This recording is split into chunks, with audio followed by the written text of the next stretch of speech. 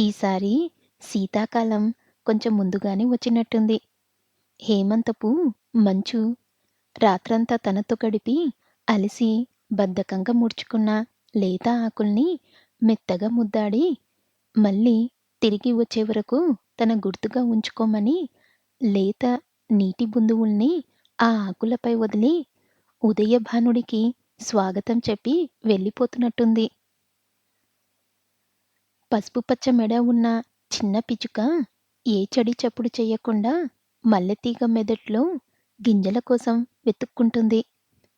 దేవుడికి పూల కోసం వాకిట్లోకి వచ్చిన నాకు బద్ధకంగా అమ్మని అంటిపెట్టుకొని పడుకున్న పిల్లల్లా ఉన్న ఆ మందార పూలని చెట్టు నుండి వేరు చెయ్యాలనిపించలేదు. శుభోదయం సారిక గారు. అప్పుడే పూజ అయిపోయిందా? లోపలికి వెళ్తున్న నన్ను మఫ్లర్లు, మంకీ క్యాప్లు పెట్టుకున్న మా గేటెడ్ కమ్యూనిటీ వాసులు పార్కు వైపు మార్నింగ్ వాక్‌కి వెళ్తూ పలకరిస్తున్నారు. పువ్వులు లేకుండానే పూజ కానించేసి వంట పనిలో దిగాను. ఇవాల్టి నుంచి స్కూల్లో పిల్లలకి ఎగ్జామ్స్. వాళ్ళ సంగతెలా ఉన్నా ఎగ్జామ్స్ అంటే ప్రతిసారి నాకు టెన్షనే. గడియారం వంక చూశాను. అప్పుడే 6:30 దాటేసింది. అప్పటి వరకు పనిలో ఉండి గమనించలేదు గాని ఎక్కడ్నుండో చిన్నగా సంగీతం వినిపిస్తుంది. మరుగెలరావో రాఘవ మరుగెలా చరచర రూప పరత్పర సూర్యసుధకరలోచన అన్ని నీవనచు అంతరంగమున తిన్నగ వేదికి తీసుకొంటినెయ్య నిన్నేగాని మదిని ఎన్నజాలనోరుల నన్ను బ్రోవవయ్య త్యాగరాజనుత. పరగ్గా ఉన్నానేమో, అలవాటైన కుక్కర్ కూతల మధ్య ఇలా ఇవాళ పాట వినిపించేసరికి ఉలిక్కిపడ్డాను. ఇంత పొద్దున్న ఈ చిత్తుగాడికి ఈ పాట ఎందుకు గుర్తొచ్చింది? అయినా ఈ టైంకి లేవడేవాడు? రాత్రి ఏ సినిమానో చూస్తూ ల్యాప్‌టాప్ ఆఫ్ చేయడం మర్చిపోయి ఉంటాడు అనుకుంటూ జిత్తుగదికి వెళ్ళి చూస్తే వాడింకా 4 జామున నిద్రలో ఉన్నాడు. పాట ఎక్కడ్నుంచి వస్తుందా అని గదులన్నీ కలియ తిరుగుతూ పెరట్లోకి వెళ్తే అర్థమైంది. ఆ పాట కొత్తగా వచ్చిన వెనకింటి వాళ్ళింట్లో నుంచని. వరసగా ఒకదాని తర్వాత ఒకటి పాటలొస్తుంటే వింటూ స్కూల్‌కి తయారయ్యాను. రోజూ పొద్దున్నే నాలో నేను మాట్లాడుకుంటూనో, కూని రాగులు తీసుకుంటూనో పనులు చేసుకునే నాకు ఇవాళ కొంచెం కొత్తగా, ఇంకా చెప్పాలంటే హాయిగా అనిపించింది. అలుపు తెలియట్లేదు. స్కూల్‌కి బయలుదేరేసరికి లేచాడు జిత్తు. ఏంటమ్మా పొద్దున్నే పాటలు, పడుకోనియ్యకుండా? విసుక్కున్నాడు. చికాకు, బద్ధకం కలగలిసిన గొంతుతో. శారదాంటీ వాళ్ళు ఖాళీ చేసిన వాళ్ళింట్లోకి కొత్తగా ఎవరో దిగినట్లున్నార్రా. నువ్వు ఆఫీస్‌కెళ్ళేలోపు వాళ్ళకేమన్నా అవసరమైతే చూడు. నీకు టిఫిన్ టేబుల్ మీద పెట్టాను. లంచ్ బాక్స్ కూడా పక్కనే ఉంది. తీసుకెళ్ళడం మర్చిపోకు. కాఫీ ఫ్లాస్క్‌లో ఉంది. వేడి చాలకపోతే ఓవెన్‌లో ఒక 2 మినిట్స్ వేడి చేసుకో. ఓపిక ఉంటే పాలు వేడి చేసుకొని ఫ్రెష్‌గా కాఫీ చేసుకో. స్కూటీ తాళం తీసుకొని పక్కనున్న బాబా క్యాలెండర్‌కి దండం పెట్టుకున్నాను. వెళ్ళమ్మా, రోజూ ఇదే సోది చెప్తావు. నేనేం చిన్న వెధవనా? ఇంకా నిద్రవస్థ తిననట్టు లేదు వాడికి. పిల్లలందరూ చిన్నవాళ్ళే. ఎందుకో అమ్మలకి వాళ్ళు ఎదిగిపోయారంటే నమ్మబుద్ధి కాదు. ఓ పట్టన ఒప్పుకోవాలనిపించదు. వాడి మాటల్ని పట్టించుకోనట్టు ఒక చిరునవ్వు నవ్వుకొని నా స్కూటీ తీసి స్కూల్‌కి బయలుదేరాను. గుమ్మం దగ్గర నుంచొని చూస్తున్నాడు. నగరంలో ఓ మోస్తారు పేరున్న కార్పొరేట్ స్కూల్‌కి ప్రిన్సిపల్‌ని నేను. చదువు విషయంలో కొంచెం స్ట్రిక్టుగా ఉంటాను అంటారందరూ. రోజులాగే రొటీన్ అయినా ఈ రోజు కొంచెం ఎక్కువ ఉత్సాహంగా ఉన్నాను. అదే మాట అడిగేసింది మ్యాథ్స్ టీచర్ నీలిమ. మధ్యాహ్నం లంచ్ టైంలో ఏమీ లేదు అని చిన్నగా నవ్వేసి గబగబా లంచ్ కానించేసి నా రూమ్‌కొచ్చేశాను. నీలిమతో అలా అన్నానే గాని నాక్కూడా తెలుసు ఉదయం ఆ పాట విన్న దగ్గర్నుండి ఏదో అలవాటైన హాయి మళ్ళీ పలకరించినట్టు అనిపిస్తుందని. పిల్లల ఎగ్జామ్స్, క్లాసులు, స్టాఫ్ మీటింగ్ అయ్యి సాయంత్రం ఇంటికొచ్చి టీ తాగుతూ పేపర్ తిరిగేస్తుంటే వెనక ఇంటి నుంచి ఆంటీ అన్న పిలుపు వినిపించింది. కొత్తగా వచ్చిన వాళ్ళ అమ్మాయి కాబోలు. నమస్తే ఆంటీ. ఈ ఇంట్లోకి నిన్ననే షిఫ్ట్ అయ్యాము. పొద్దున ఎలక్ట్రీషియన్ వస్తే అవసరమై ఈ స్టూలు మీ అబ్బాయి దగ్గర తీసుకున్నా.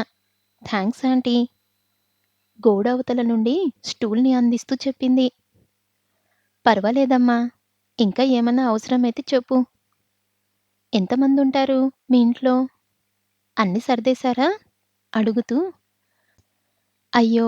ఇలాగే మాట్లాడేస్తున్నానేంటి? అలా తిరిగి ఇంట్లోకి రామ్మా. టీ తాగి వెళ్దువు పిలిచాను. లేదాంటీ. నాన్న రావటానికి లేట్ అవుతుందని ఫోన్ చేశారు. కొత్త చోటు కదా! ట్రాఫిక్ అది ఇంకా అలవాటవ్వాలి. చాలా పనుంది నాక్కూడా. మొహమాటంగా నవ్వుతూ చెప్పింది. సరేనమ్మా. నీకేమన్నా కావాలంటే పిలువు. అలాగే ఆంటీ. వస్తాను. అమ్మా నీ పేరు? ఇంట్లోకి వెళ్ళబోతూ గుర్తొచ్చి అడిగాను. గీత. చెప్పేసి లోపలికి వెళ్ళిపోయింది ఆ అమ్మాయి. గీత. వాకిట్లో లైటు వేస్తూ నాలో నేను అనుకున్నాను. ఇప్పటికి గీత వాళ్ళు వచ్చి 2 వారాలు దాటింది.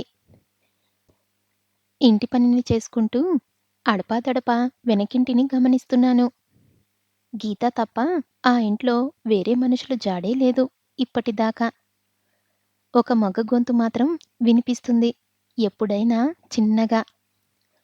వాళ్ళ నాన్నదే ఉండొచ్చు. రోజు పొద్దున్నే పాటలతో నాకు శుభోదయం ఒక రకంగా అలవాటైపోయింది. జిత్తు కూడా మొదట్లో చికాకు పడ్డా మెల్లగా అలవాటు పడిపోయాడు. సంగీతానికున్న మహత్యమేమో. ఓ ఆదివారం రోజు ఇల్లంతా దులుపుతున్నాను. వచ్చేది ఒక్కరోజు సెలవే. ఆ ఒక్కరోజు కూడా ఎందుకమ్మా ఈ పనులు అని కసురుకుంటూ ఉంటాడు జిత్తు. ఇల్లు శుభ్రంగా ఉంటే మనం సగం ప్రశాంతంగా ఉన్నట్టే అని నా నమ్మకం. జిందగీ కైసీ హై పెహెలీ హాయి అని యూట్యూబ్‌లో మన్నడే గొంతుతో పాడుతున్నాడు రాజేష్ ఖన్నా. కభీ తో హసాయే కభీ యే రులాయే పాడుతూ లోపలికొచ్చింది గీత. హాయ్ గీత. రారా. ఏంటి ఎన్నిసార్లు పిలిచినా రాను అనేదానివి. ఇవాళేంటి ఇలా సడన్ సర్ప్రైజ్? టీవీ ఆఫ్ చేసేశాను. ఏం లేదాంటీ. నాన్న లేరు. ఇంట్లో బోర్ కొట్టింది. సరే సరదాగా పలకరిద్దామని ఇలా వచ్చా. జిత్తు అన్న లేడా? ఇల్లంతా చూస్తూ అడిగింది. వాడప్పుడే నీకు అన్నయ్య అయిపోయాడా? నవ్వాను. ఎప్పుడో. లేడా? లోపలికి చూస్తూ అడిగింది. లేడు గీతా. వచ్చే వారం కోర్ట్ రిలీజ్ ఉంది. కానీ చెయ్యాల్సిన పని ఇంకా అవ్వలేదని పొద్దున్నే ఆఫీస్‌కి వెళ్ళాడు. దా ఇలా కూర్చో. ఇల్లంతా చికాగ్గా ఉంది. సర్దేస్తా ఒక 10 నిమిషాల్లో. సోఫాలో ఉన్న బట్టల్ని ఓ మూలకి జరిపాను. ఏం పరవాలేదు. నేను కూడా ఉన్నాను కదా! హెల్ప్ చేస్తా. కుప్పగా ఉన్న బట్టల్ని మడత పెడుతూ అంది. ఇల్లంతా అలవాటైనట్టు తిరుగుతూ ఇల్లు సర్దటంలోనూ, వంటలోనూ సహాయం చేసింది తను. మాటల సందర్భంలో తెలిసింది. వాళ్ళు ముంబైలో ఉండేవారని. వాళ్ళ అమ్మ 7, 8 నాడు క్యాన్సర్‌తో చనిపోయిందని. నాన్న ఫార్మా కంపెనీలో ఈ మధ్య జాయిన్ అయ్యారని. తను ఎంబీబీఎస్ చేసి పీజీ చెయ్యడానికి ప్రిపేర్ అవుతుందని. అమ్మ లేకపోవటం వల్ల అన్ని పనులు అలవాటైపోయి ఉంటాయి. ఏవేవో మాట్లాడుతుంది. అస్సలు కొత్తలేదు ఈ పిల్లకి. మధ్య మధ్యలో తీసే కూరగాయలని బట్టి సంగీత జ్ఞానం కూడా ఉందని అర్థమవుతుంది. నాకు కూతురు ఉంటే ఇలానే ఉండేదేమో అనిపించింది. ఆంటీ, మీ పేరేంటి? ఏ పేరైతేనేం? ఎలాగో నువ్వు పిలిచేది ఆంటీ అనేగా? నవ్వాను. చెప్పండి. సారిక. నా పేరు కన్నా మీ పేరే మోడర్న్‌గా ఉందే ఆంటీ. Sorry, Sarika aunty. నా పేరుని ఇష్టంగా పలికినట్టు అనిపించింది. వాట్స్ ఇన్ ఎ నేమ్ అని షేక్స్‌పియర్‌లో అన్నట్లు పేరులో ఏముంది గీత?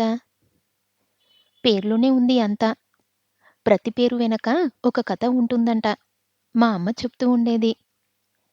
ఇంకా ఏదో చెప్పబోతుంటే గీత అని పిలుపు వినిపించేసరికి నాన్నొచ్చినట్టున్నారు. మళ్ళీ వస్తానాంటీ అని పరిగెత్తింది. గీత నాకు, జిత్తుకి కూడా త్వరగానే అలవాటైపోయింది. ఓ రోజు స్కూల్లో ఉండగా ఫోన్ చేసింది. ఆంటీ, మధ్యాహ్నం హాఫ్ డే లీవ్ పెట్టి త్వరగా ఇంటికి రారా? కొంచెం అర్జెంట్ అని. ఏమైందో అని కంగారుగా ఇంటికొచ్చేసరికి గుమ్మంలోనే ఎదురై, పదండి పదండి, టైం అయిపోతుంది అని తీసుకెళ్ళి సినిమా థియేటర్ ముందు స్కూటీ ఆపి, ఇవాళే సినిమా రిలీజ్ ఆంటీ. చాలా కష్టపడి టికెట్స్ సంపాదించా. ప్లీజ్, నాకు మీరు తప్ప ఇంకెవ్వరూ తెలీదు ఈ ఊర్లో అంది జాలిగా. కోప్పడాలో, జాలిపడాలో అర్థం కాక సినిమా చూసి వచ్చాను. ఇంకో రోజు ఫ్రెండ్‌కి ఒంట్లో బాలేదు. ఇంటికెళ్ళి చూడాలని చెప్పి తీసుకెళ్ళి వాళ్ళ ఇల్లు మర్చిపోయా అని ఊరంతా తిప్పింది. పైగా బోరున వర్షం తడిశాక చెప్పింది. వర్షంలో లాంగ్ డ్రైవ్‌కి రమ్మంటే తిడతారని ఇలా చెప్పా. పానీపూరి తిందామా అని. పైకి కోపం నటించినా నిజంగానే బాగుంది నాకు. అసలు ఎన్ని రోజులైంది ఇలా వర్షంలో తడిసి? తిరిగి తిరిగి తడిసి ముద్దై ఇంటికొచ్చేసరికి రాత్రి 9 దాటింది. రుసరుసలాడుతూ ఎదురొచ్చాడు జిత్తు. ఎన్నిసార్లు చెప్పాలి? బయటికెళ్ళేటప్పుడు ఫోన్ తీసుకువెళ్ళమని? అంత మతిమరుపేంటమ్మా నీకు? గీత కూడా ఫోన్ తీయలేదు. కోపంగా అన్నాడు. సారీ నాన్నా, ఫోన్ తన బండిలో ఉండిపోయింది. వర్షం కదా, బయటికి తీయలేదు. నీకోసం చూసి చూసి ఇంకాసేపుంటే ఏ పోలీస్ స్టేషన్‌కో వెళ్ళి మిస్సింగ్ అని కంప్లెయింట్ ఇచ్చేద్దామనుకున్నా. అయినా వర్షంలో తడిసి రావటమెందుకు? ఎవరైనా చూస్తే ఏమనుకుంటారమ్మా? నీ వయసేంటి? నీకేమన్నా అయితే చూసుకోవాల్సింది నేనే కదా! వాడు అనాల్సిన 4 మాటలు అనేసి వాడి గదిలోకెళ్ళి తలుపేసుకున్నాడు. వాడిది ప్రేమో, భయమో అర్థం కాలేదు నాకు. వాడి సంగతేమో గాని నాకు ఈరోజు బాగా నచ్చింది. రోజులు గడుస్తున్న కొద్దీ మెల్లగా గీత నా అలవాట్లన్నీ, ప్రపంచాన్ని, నా ఆకారాన్ని కొంచెం కొంచెంగా మార్చేస్తుంది. యవ్వనం తిరిగొస్తున్నట్టు ఉంది. చూసుకోవడానికి నాకు బాగానే ఉన్నా, జిత్తు ఏమనుకుంటాడో అని ఒక పక్క భయంగానే ఉంటుంది. ఆఫీస్ పనుల వలనో, వేరే కారణాల వలనో గాని వాడు నాతో ఈ మధ్య సరిగ్గా మాట్లాడటం తగ్గించేశాడు. "నువ్వు నన్ను పట్టించుకోవడం మానేశావు" అన్నాడోసారి. "కొద్దిగా ప్రేమ చూపిస్తే నాకేం కావాలో నాకు తెలీదా?" అన్నాడింకోసారి. గీతతో నేను ఎక్కువ సమయం గడుపుతున్నానని నాకు తెలుస్తుంది. అప్పుడప్పుడు నా వయసు నన్ను హెచ్చరిస్తుంది. తను కాలక్షేపం కోసం నా కొమ్మ మీద వాలిన పక్షి అని. రేపో మాపో వెళ్ళిపోయేది అని. కానీ బావున్న ఈ క్షణాన్ని ఆస్వాదిస్తూ రేపటి గురించి తలుచుకోకపోవడం మెల్లగా అలవాటవుతుంది. నాలో వచ్చిన మార్పు నాకే కాకుండా ఎదుటి వాళ్ళకి కూడా కనిపిస్తుంది. ఎవరైనా గీతని చూసి "మీ అమ్మాయా?" అని అడుగుతుంటే తెలియని ఆనందం. ఎందుకో ఈ అమ్మాయి ఎన్నో రోజుల నుండి పరిచయం ఉన్న వ్యక్తిలా మారిపోయింది. అంత చిన్న వయసులో ఉండాల్సిన దానికన్నా ఎక్కువ పరిణితి, చిన్న చిన్న విషయాల్లో ఆనందాన్ని వెతుక్కోవడం, ముఖ్యంగా అడగకుండానే చనువు తీసుకొని నన్ను నాకు కొత్తగా పరిచయం చేయడం. మనకన్నా తక్కువ వయసు వాళ్ళతో స్నేహం చేస్తే మన ఆరోగ్యం, ఆలోచన విధానం కొత్తగా ఉంటాయేమో. జిత్తు ఎప్పుడు నాతో ఒక కొడుకులాగే ప్రవర్తించాడు గానీ, స్నేహితుడుగా ప్రవర్తించలేదు. అమ్మతో కూడా స్నేహంగా ఉండొచ్చు అని వాడికి తెలిసేలోపే చదువు, ఉద్యోగమని బిజీ అయిపోయాడు. ఓ శుక్రవారం నాడు రోజుకన్నా ముందే లేచి ఆఫీస్‌కి తయారవుతున్నాడు జిత్తు. వంట ఇంకా పూర్తవ్వలేదని టెన్షన్ పడుతుంటే, బయట తినేస్తా అని చెప్పాడు. నేను వెళ్తున్నా. షూ వేసుకుంటూ హాల్‌లో నుంచి అరిచాడు. సాయంత్రం త్వరగా వస్తావా? శుక్రవారం కదా! ఏ సినిమాకో, మాల్‌కో వెళ్దాం. చాలా రోజులైంది. గీత కూడా వస్తున్నన్నది. వర్షం పడేలా ఉంటే బల్టర్‌ని లోపలికి తీస్తూ అడిగాను వాణ్ణి. ఆఫీస్ చికాకులో ఉన్నాడో, నిజంగానే కోపంలో ఉన్నాడో గాని గట్టిగా అరిచేశాడు నా మీద. రోజురోజుకీ నీ పిల్ల చేష్టలు ఎక్కువైపోతున్నాయమ్మా! కాలేజీ స్టూడెంట్‌లా సినిమాలు, షికార్లు ఏంటి? ముందు ఆ గీతని రానివ్వకుండా ఉండాలి ఇంటికి. ఎలాగో అమ్మ లేదు. నాన్న ఏం చేసినా ఏమనడు. అడిగేవాడు లేడు. నీకన్నా తెలియాలి కదమ్మా! రేపు తను పీజీ చెయ్యడానికి వేరే చోటికి వెళ్ళిపోతే ఏం చేస్తావు? ఈ వయసులో ఎందుకు నీకీ జీన్సులు అవి? నీ వయసు వాళ్ళతో స్నేహం చేసుకోక? అమ్మవి, పైగా స్కూల్ ప్రిన్సిపల్‌వి. నీ స్కూల్ పిల్లలో, స్టాఫో నిన్ను బయట చూస్తే ఏమనుకుంటారు? ఇవాళో రేపో నాకు పెళ్ళైతే కొన్నాళ్ళకి నాన్నమ్మవి కూడా అవుతావు. ఇకనైనా తెలుసుకుంటే మంచిది అని అరిచి ఆఫీస్‌కి వెళ్ళిపోయాడు. నాకేం చెప్పాలో అర్థం కాలేదు. స్కూల్‌కి వెళ్ళాలనిపించక సీక్ లీవ్ చెప్పేశాను. ఎంత ఆపుకుంటున్నా కన్నీళ్లు ఆగట్లేదు. అమ్మకి ఫోన్ చేసి మాట్లాడాలనిపించింది. తను ఫోన్ ఎత్తలేదు. జిత్తు అన్న మాటలు నిజంగా జీర్ణించుకోలేకపోతున్నాను. నా పెంపకం లోపమా? లేక నిజంగానే వాడు అన్నట్టు నేను తప్పు చేస్తున్నానా? అర్థం కావట్లేదు. ఆలోచిస్తూ అలాగే సోఫాలోనే నిద్రపోయాను. మధ్యాహ్నం వంటగదిలో చప్పుడుకి మెలకువ వచ్చి చూస్తే గీత. ముందు వెళ్ళి మొహం కడుక్కొని రండి అని టవలిచ్చి బాత్రూంలోకి పంపింది. వచ్చేసరికి వేడివేడి అల్లం టీ నా ముందు పెట్టింది. టీ ఒక సిప్ చేసి నేనేదో చెప్పబోయాను. ష్! మాట్లాడకుండా టీ తాగండి. అయినా జిత్తు అరుపులు మా ఇంటి వరకు వినిపించాయి. ఈ చెవితో విని ఆ చెవితో వదిలేశా. వెంటనే వస్తే మీరు ఏమనుకుంటారోనని ఇప్పుడొచ్చా. నాకెందుకో ఇబ్బందిగా అనిపించింది. మన ఇంట్లో మనం ఎన్ని అనుకున్నా రాని బాధ, ఆ మాటలు వేరే వారి చెవిన పడ్డాయంటే ఒక్కసారిగా వచ్చేస్తుంది.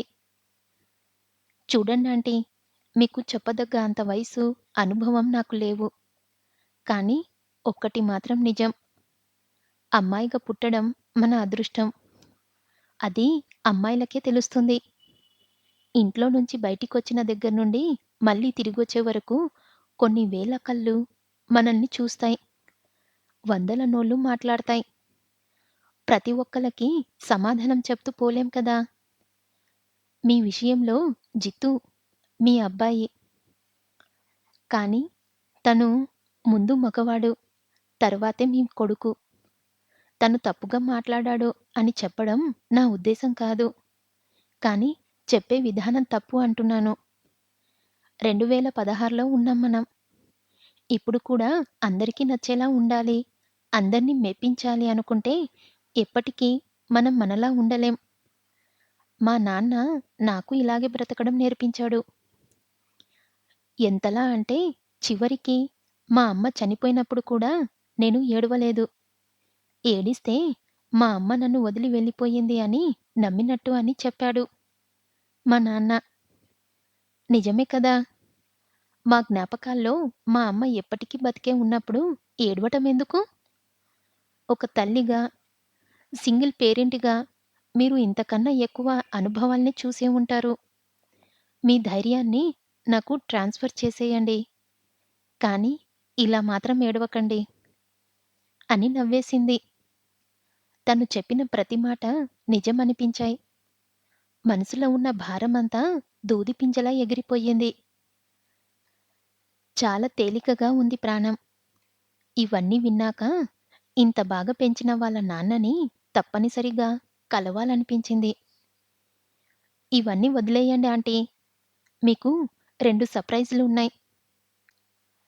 ఒకటి నాకు ఢిల్లీ యూనివర్సిటీలో పీజీకి అడ్మిషన్ దొరికింది. కంగ్రాచ్యులేషన్స్ గీతా! నాకు చాలా సంతోషంగా అనిపించింది. ఆ అవకాశం కోసం తను ఎంత కష్టపడిందో నాకు తెలుసు. మీకు తెలుసుగా అంకలాజిస్ట్ అవ్వడం నా కల. జీవితం ప్రతిసారి కలల్ని, ఆశల్ని చూపిస్తుంది. కల జీవితానికి దారి చూపిస్తే, ఆశ ఆ దారి వరకు మనల్ని నడిపిస్తుంది. ఎంత బాగా చెప్పారో! ఆ కలే నన్ను ఇంత దూరం తీసుకువచ్చింది. దేశంలో ఉన్న అందరూ క్యాన్సర్ పేషెంట్స్ అని నేను కాపాడుకోలేకపోవచ్చు కానీ, నాలాంటి మరో గీత తనకి కావలసిన వాళ్ళని పోగొట్టుకోకుండా కాపాడగలిగితే చాలు. గీత, చాలా రోజుల నుండి చెప్పాలి అనుకుంటున్నాను. నువ్వు మాట్లాడే ప్రతి మాట ఎవరో నాకు బాగా తెలిసిన వాళ్ళు చెప్తున్నట్టే అనిపిస్తుంది. బహుశా మనకి గత జన్మలో ఏమన్నా పరిచయం ఉందేమో! ఈ ఒక్క సర్ప్రైజ్‌కే నా కడుపు నిండిపోయింది. ఉండబట్టలేక అనేశాను. ఆ! ఆ! అసలు సర్ప్రైజు రెండోదే. అవునా? చెప్పు చెప్పు. ఆసక్తిగా ముందుకి వంగాను. అది చెప్పేది కాదు. రేపు సాయంత్రం రెడీగా ఉండండి. మిమ్మల్ని డిన్నర్‌కి తీసుకెళ్తా. అక్కడ చూపిస్తా. జిత్తు అన్నతో నేను మాట్లాడతా. తను కూడా వస్తే బాగుంటుంది.